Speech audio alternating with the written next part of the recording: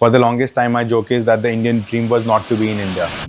From a very meta perspective, Gully Labs' tagline has always been representing the Indian dream. So if we rewind all the way to day zero, you had this desire. How does one go about starting a sneaker company? Like what came first? I don't have any background of manufacturing, designing, or even like selling or marketing, right? I think that's the beauty of entrepreneurship, right? Like you can just choose to do it and then you come up with answers, right? Once you had 50, 60, let's talk about how you got them out there. In December, like Animesh had seeded a pair of sneakers with an influencer and he put it out in his reel and that reel went viral. And that week we probably sold like 100 shoes. I want to quickly go back to what emerged for you as a playbook of doing, let's say, 1 crore in 6 months. You do influencers, you run ads, and you can just scale it up like very, very like mathematically. I don't know what the soul would be there in that sort of...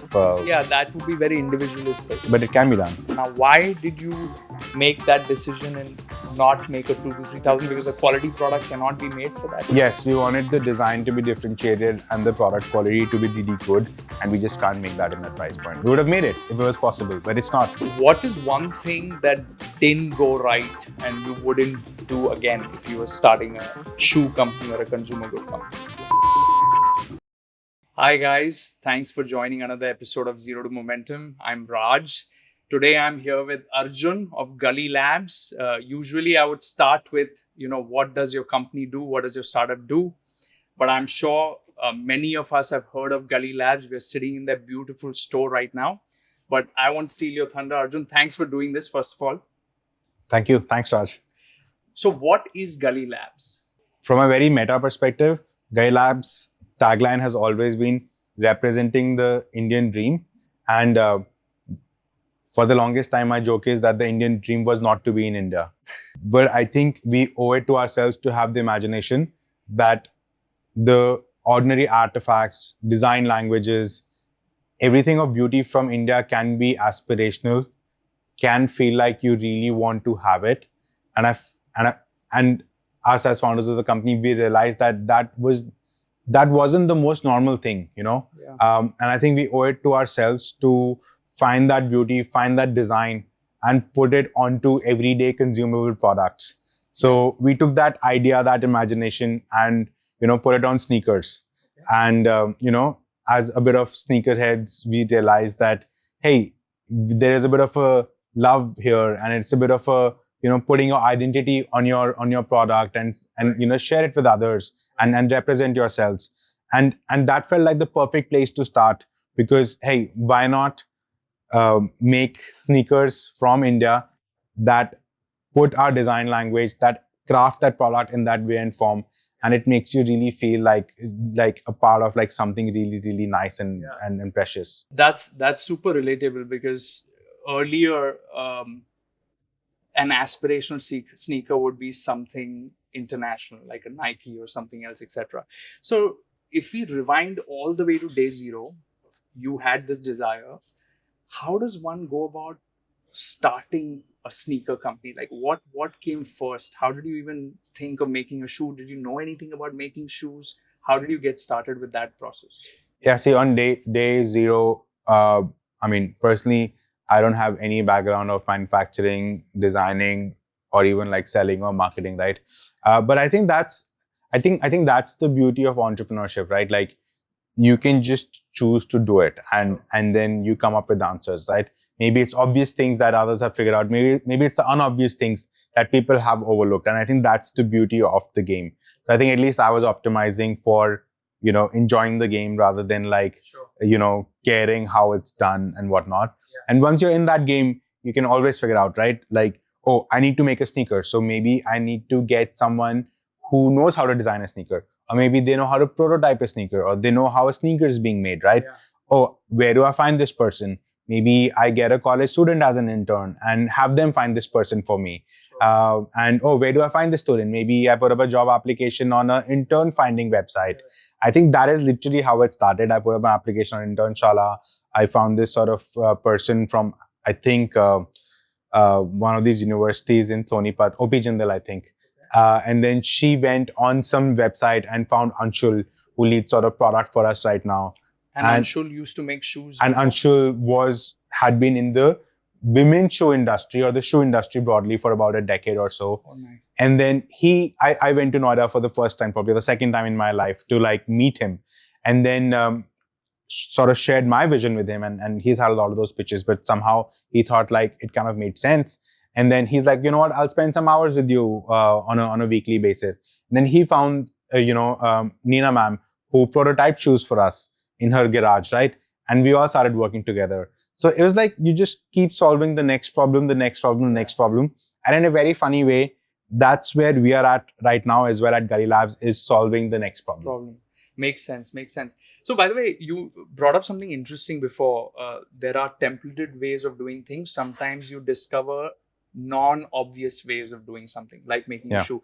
What was, one or two non-obvious way that you learned maybe through an Anshul or that early team? Yeah. Or a non-obvious choice you made in the production, but what was one such non-obvious thing that has been part of you guys' production journey?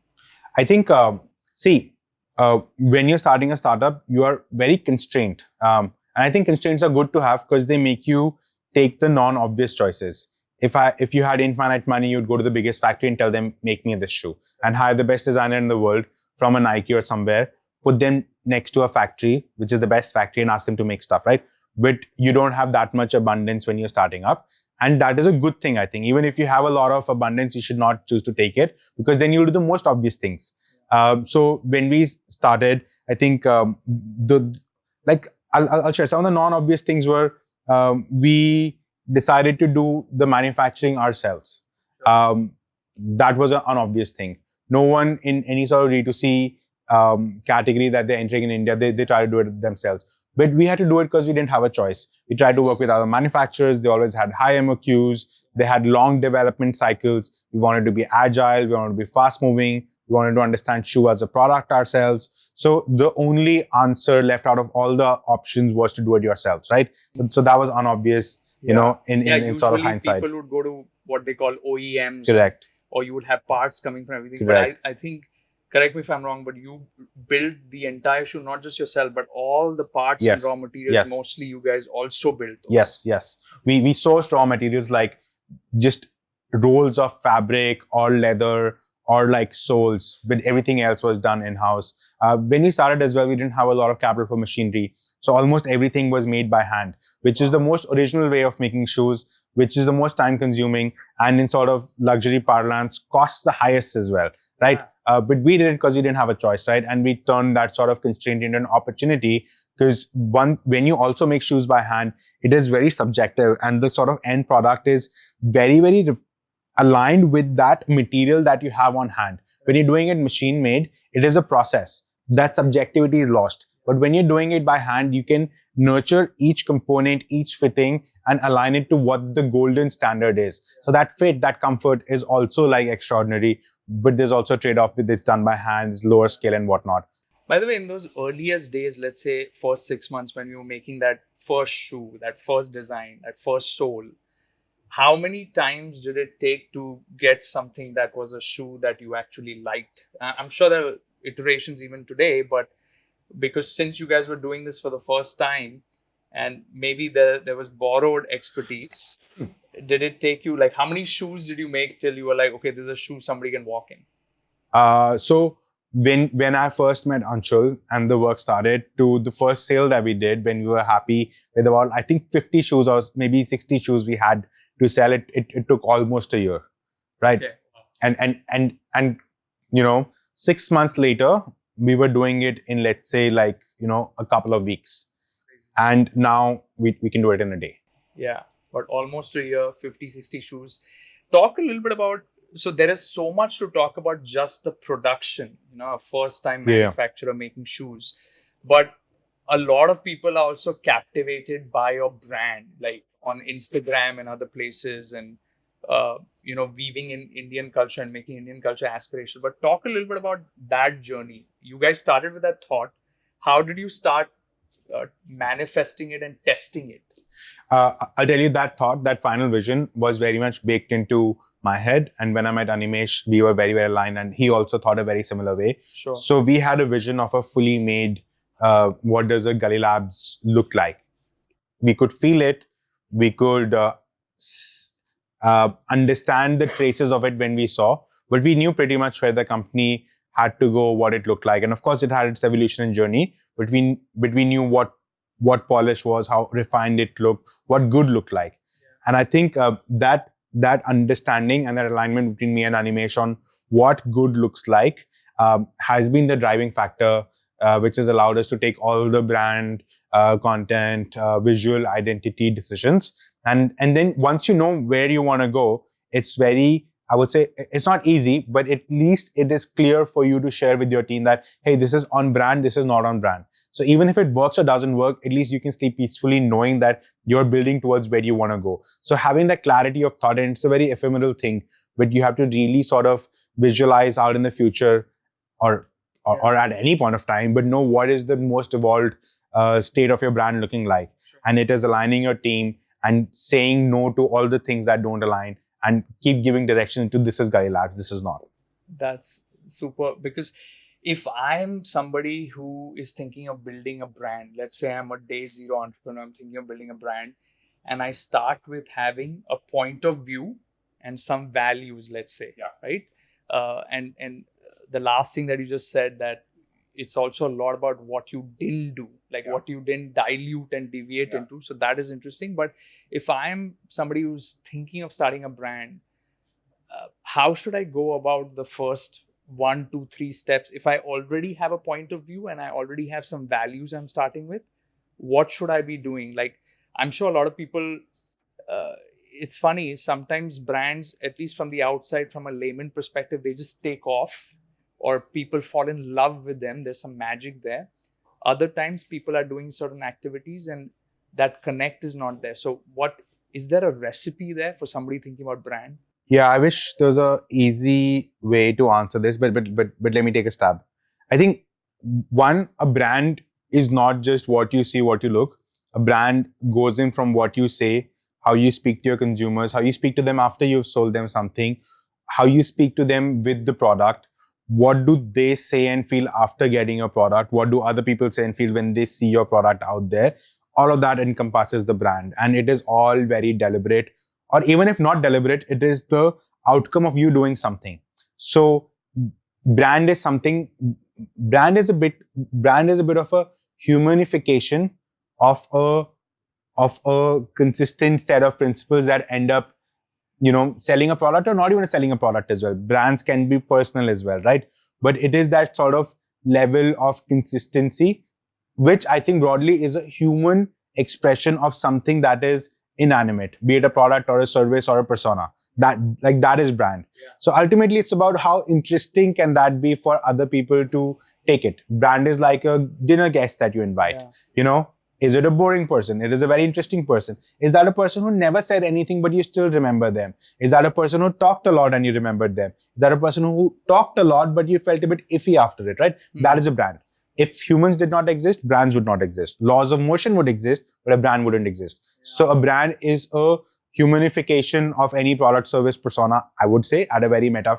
And then it is about how, can you make it consistent? Can it have a personality? Can it have a voice? Now, it can be anything. That is up to you to impart into that process, right? Sure. And I think that is the start of a brand. Now, again, like, I am a bit of a, I don't know if I'm a first principles or not, but at least you would then just start about building it. Hey, I want to have a product. Is it talking brand or not? I have launched it. This is my first IG post. Is it talking brand or not? Am I a cookie cutter model of a Canva template, or have I thought about it and intentionally put something out there? If it's a cookie cutter stuff, then you will not have individuality. You will be an NPC. You'd be like any other person, right? You will not be indistinguishable. Hey, I want to put something that is unique, that is onto the brand that I've conceptualized. So can I do it myself? No, I can't. Then I need to hire someone to do it for me because I don't have that capability. I think that's the job of an entrepreneur, to figure all of that out. And that is the process of creating a brand. And the brand will transcend everything that you put out there. It will be a part of everything that is out there. From a delivery person delivering you a product, to you unboxing, to you seeing it first time, to you seeing it on someone else's feet, to you sort of putting a new product out there, everything is there. So then you just got to prioritize and keep solving it. But it is about creating a personality, and it can't be a boring personality. And very early on, all of that came from you and Animesh. Yeah. Okay. And it still probably Yeah. comes from you and Yeah. Animesh. I think as founders of a brand, your ultimate job role is probably only three things. Maybe first, maybe it's two things, but one is being a brand custodian until you have a shepherd who can take it on, which should be, I don't know what the right time is, but we plan to hold it to ourselves for a really long time, because that is that vision that you've both aligned on and you're building towards. So I think being a brand custodian is one. Second is to get the right people and get the money. You said that's actually good guardrails, because you talked about consistency, you talked about human, you talked about a set of principles or individuality. The consistency, is that as you scale, is that hard to hold on to, or you've also codified that? Like, it's in the designs you put out, it's in the next soul you put out, etc. It's the next story you tell, for example. So how do you guys think about consistency?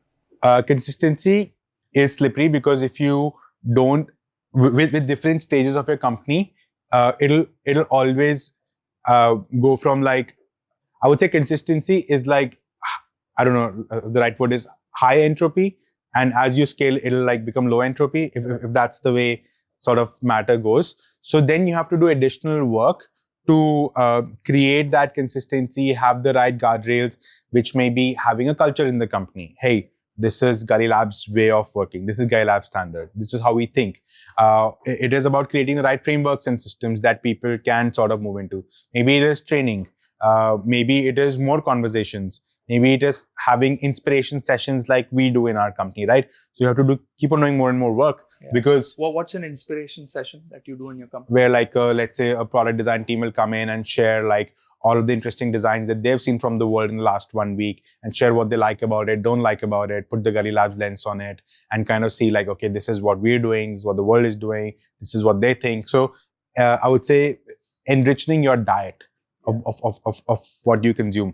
But eventually, when you're young, consistency is easy because there are only like 4 or 5 people. You can always chat amongst yourselves.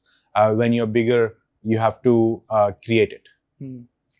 And for a second, if we again go back to the first 6 months, you were building shoes by hand. There were 50, 60 shoes that first year.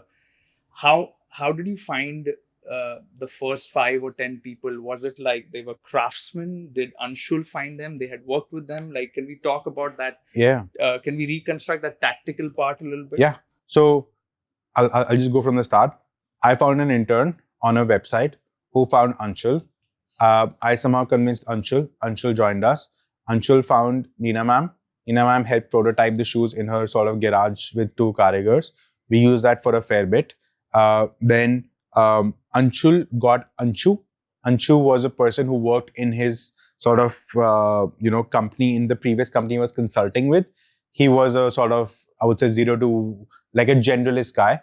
He found I think a couple of good lead karigars to come and join our mission, who were okay, because for a lot of karigars as well, they really want to work with stable companies, and startups are the opposite of that. So he found 2 people who were senior enough to come and join us. They found 3, 4 more people. So it just kept on going from like a chain of people, and you just keep, I would say, imbibing people into your mission, onto the journey. The ones who are very aligned, they will sort of, just get more aligned people, and that's how the chain started. And I'm sure the chain still goes on. Yes. Like a lot of great hires that we made have actually been inbounds, Okay. So it kind of sort of keeps self-propagating. Yeah. So you started building these shoes. Once you had 50, 60, let's talk about how you got them out there. Like, I know you started putting things online, but what did that journey look like? So we launched on 29th of August, 2023. So it's been about 2.5 years since we launched. And, we were kind of very idealistic. We thought we'll never run ads. We have such good premium products that they'll sell by themselves. So in the first month, second month, we probably sold like 15 shoes each. Just through Instagram content? Yeah, Instagram, word of mouth, here and there. We'd wait the entire day to get a sale or something. And by the way, like now I would not do it this way. I think I can actually give a playbook on how to get to 1 CR sales in 6 months time. Okay. Let's hear some of that actually. Yes, right now. yes. Useful. But I think it's sure I can give my playbook, but will that be the playbook for the next brand coming out? Like, I'm not sure. Sure. It's a playbook that I could have retrofitted it, but maybe there are interesting bits there. But then in December, like Animesh had seeded a pair of sneakers with an influencer. His name is Kush, and he put it out in his reel. And somehow his reel really blew up. The reel was 5 shoes you should wear instead of Jordans, because that was the year of Jordans, and Jordans were like coming off. And that reel went viral. We were actually at the end of the reel, so someone had to watch a minute of content to get there. But that reel went to 7 million views, and somehow people really liked what he'd shown, and that really blew up on Instagram. So he sort of saw orders popping in, and then I think 1 day later, 2 days later, someone might have discovered us from the reel, and he put it on Twitter saying, "Oh, this is like the new shoe company of India." And then someone took it and said, "What the fuck? This is like the worst design someone could make." So it just went viral independently on Twitter as well and on Instagram. And that week we probably sold like 100 shoes. And like we knew that there was something really powerful here. So that allowed us a lot of confidence to double down. And by the way, you sold 100 shoes that week, but Yeah. were you making 100 shoes a week, or they had to wait? We were making like 30, 40 shoes a month. So we were accumulating some inventory because we didn't know where that demand was going to come. We were just like, trying things which were more organic in nature and not like, hey, let's press the button on ads. Yeah. So these two viral, let's call them flashpoints, are very interesting. But I want to quickly go back to what emerged for you as a playbook of doing, let's say, 1 crore in 6 months. See, now it's very like prescriptive. You create a bit of a sale plan that goes up to 1 CR. You take a product that is priced in the most core Indian e-commerce audience price point of impulsivity, which will be between 2,000 to 3,000 rupees. Again, probably will not work from us from a T perspective, but you price it in the price point which is the most impulsive. You create a bit of a sales demand plan for 6 months. You obviously find your edge in a brand, in a product, in a voice somewhere that is differentiated, and that part needs to be there. And you work with an agency. There are like a bunch of them across India, and you do influencers, you run ads, and you can just scale it up like very, very like mathematically. Sure. I don't know what the soul would be there in that sort of. That would be very individualistic. But it can be done. Yeah, but the main things I'm taking away is impulsive purchase price point is 2,000 to 3,000. Yes, not for you, not for us. you. Like we were like in a very high consideration price point, so we had to find people who really, really got what we were saying. Exactly. That it made absolute sense for them. Yeah. But in India, the best e-commerce price point is between 2,000 to 3,000 rupees that allow you to have good CAC. Yeah. And allow you to get customers in a cheap manner. So actually, let's dig deeper into two of those things. Interestingly, your shoe price points are between 5,000 and 10,000. Yes. So you have probably seen that 2,000 to 3,000 play, which we'll come to in a second. But you chose to stay in your 5,000 to 10,000 lane because you're also kind of building something different, and your tribe of people understood that and got that. Now, why did you make that decision and not make a 2,000 to 3,000 because the quality product cannot be made for that? Yes, we wanted the design to be differentiated and the product quality to be really good, and we just can't make that in that price point. We would have made it if it was possible, but it's not. It's like saying, hey, I want an iPhone for half the price. Exactly. Well, you can't get it. But are you saying your shoe purchases are not at all impulsive? So like what goes through the buyer's mind when they're thinking about Gully Lab? They've already bought into the story. I think at least for a lot of guy buyers, like they probably spend money on shoes, gadgets, and automobiles. Sure. And each of those purchases is like very nerding out on things, which is why I don't know how many people are just walking next to a Nike store and just stumble into buying Nike Jordans. It does not happen like that. People probably think about it, people plan for it, people have it in their mind, maybe they're looking out for the next one. So there's a lot more connect there. It's probably not like buying vegetables. what's the typical touch point before somebody buys your shoe? So let's say the 2,000-3,000 by definition is impulse. So forget that. But in a brand like this, it's, have they seen your content pieces 2 or 3 times? Have they heard of it from their friends? Like, what's the typical mind of that buyer? It's a bunch of these, right? There are multiple journeys that you can take. Maybe you've been following us. Maybe you've been following us for 2 years, and finally it made sense for you. Maybe you saw us in an ad like a month ago. Then using that ad, you followed the page, you saw what you were getting, and that convinced you. When you thought of buying shoes, we were there to serve you. Ultimately, we are fulfilling a need. Maybe there are some people who do impulse purchases. That's one thing. But for a lot of others, it is them knowing us, knowing what we stand for, what we are building, and Gully Labs being there at the point when they are in the market to buy a shoe. Sometimes it is having seen someone that you know, your friend or your cousin or your partner wearing those, and you wanting them as well, because you kind of relate with the brand and you want to be a part of that. So it can be any of these journeys. And as a consumer company, it is your imperative to understand your customers, to be when they are sort of considering buying a product in your segment.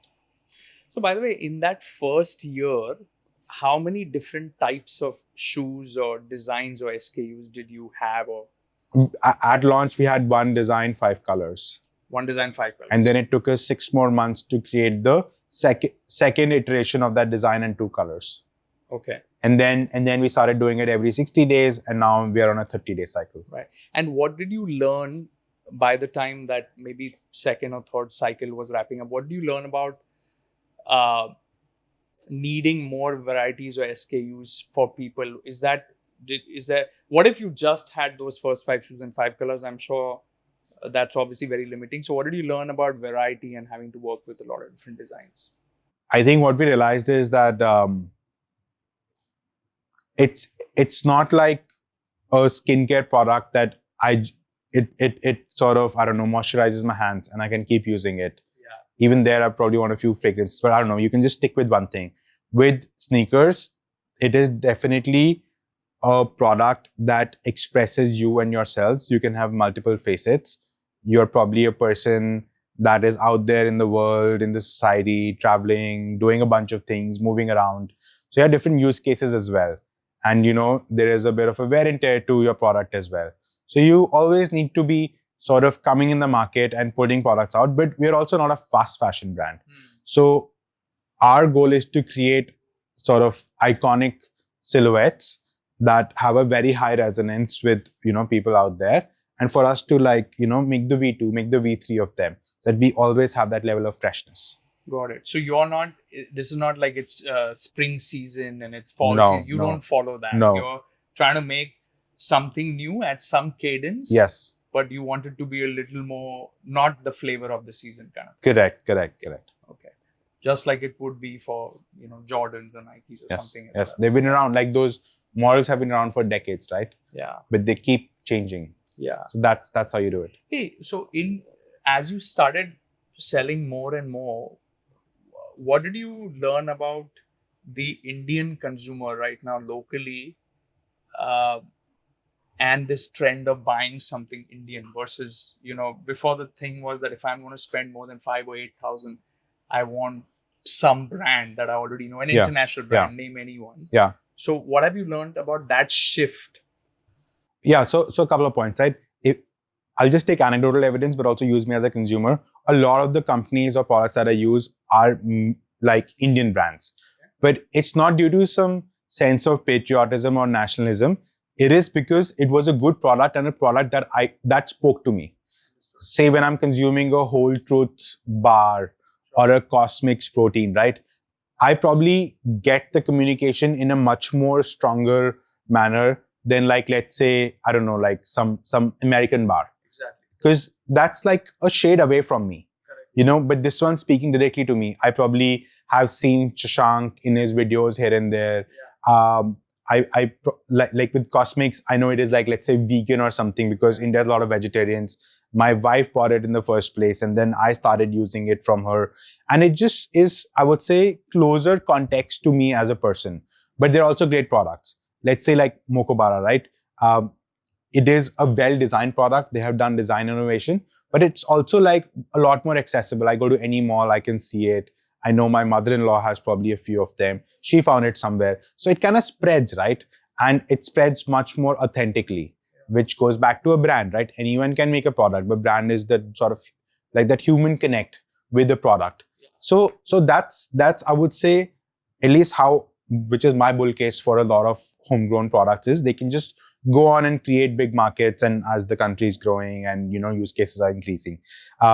Coming back to our customers, so just maybe getting a bit more defined is, I think an Indian consumer is the sort of right of fire. If you do well here, you can do anywhere else in the world. They're extremely, extremely demanding, and more so from a new brand. They're also very willing to try for new brands, but for them to come the second time, you really have to tick a lot of boxes. They are extremely just focused on a lot of different things, and you need to do right by them. So this is like facing the hardest test you can. I think if you can scale here, you can scale anywhere in the world. From a customer satisfaction sort of point of view. Also, like Indian consumers are like, I don't know, more consumeristic. I have no idea what they were 10 years ago. I wasn't in the space, but they're very willing to try new products, and anything that is new and differentiated, that'll automatically get an edge. Like that's a default. So, hey, you just have to do a bit of hard work into, product innovation, and you need to define it, or let's say positioning or branding, or how it looks and feels. And I think you have a clear sort of edge there. And what percentage of your customers come back a second time? Talking about repeat usage, like I guess it's a proxy for an NPS. So every month, about 1 out of 5 customers are buying again. And are you already selling internationally? Yeah, Are you yeah, selling to yeah. non-Indians? Talking about the Yes. rite of passage. From Yes, I think so the insight there is, a good design product that is new and refreshing will be a good design product anywhere in the world. You don't need to sort of do more. Yeah. So if we're selling in the US and people see our product, let's say a sneaker influencer showcasing that product, if consumers find that to be a new differentiated take, it will work. And that's been the insight there. So a lot of things, especially the chain of people that came in, your point about consistency on brand, you guys had a set of guiding principles, values that you started with. What is one thing that didn't go right, and you wouldn't do again if you were starting a shoe company or a consumer good company? I don't know, tons of things, right? Like a lot of things just don't go right, and you find the better way of doing it. Something where you lost a year or so. I don't know, but like bad hirings, they put a function down. Yeah. I would say 3 to 6 months, or Yeah. they're inefficient for 3 to 6 months. Yeah. You take a month to hire someone, 1 month or 2 months to onboard them, then 1 month to realize it didn't work out. Absolutely. Then 2 months to hire the next person. Yeah. So for 3 to 6 months, you're like figuring out like, what's the right way of doing it. But manufacturing yourself has turned out to be one great right decision, and you're going to continue to manufacture yourself? Yes. So doing it right, manufacturing ourselves was very painful as well. It was like doing teeth on glass at times. For us now, we are manufacturing ourselves. We've also contracted outside as we're growing in scale. But we will continue to manufacture and hold an edge there, because it allows us to understand the product very intimately. It understands us to understand the process and the costing and everything. We are in a better position to work with others as well, because we know it, we're doing it ourselves, and it allows a great source of any sort of supply gaps or anything. We can just fill it really, really well. And we have real skin in the game. It's not like we have no idea what's happening out there. Awesome. Amazing. Well, thanks for doing this chat. Thanks so much. Learned a lot, and looking forward to buying my new next Gully Lab shoe. No, for sure. Right. Thanks. Thanks. Cheers. Bye. Hey, just wrapped up my chat with Arjun, founder of Gully Lab. There are a lot of lessons out there for consumer good companies, but the 2 insights that jumped out at me is, one, the decision to manufacture themselves internally. Most people will outsource it to a factory because it's kind of hard to manufacture themselves. So while we can celebrate this decision, it was pretty hard, but I think the right one to do, especially because they wanted control on the different designs that they were making and learn how to make the shoe from scratch. And the second one was, yes, there's a lot of great founder-led content on brands, but thinking about brand from a perspective of values and then staying consistent on it for a long period of time is something that this brand has done extremely well. Thanks.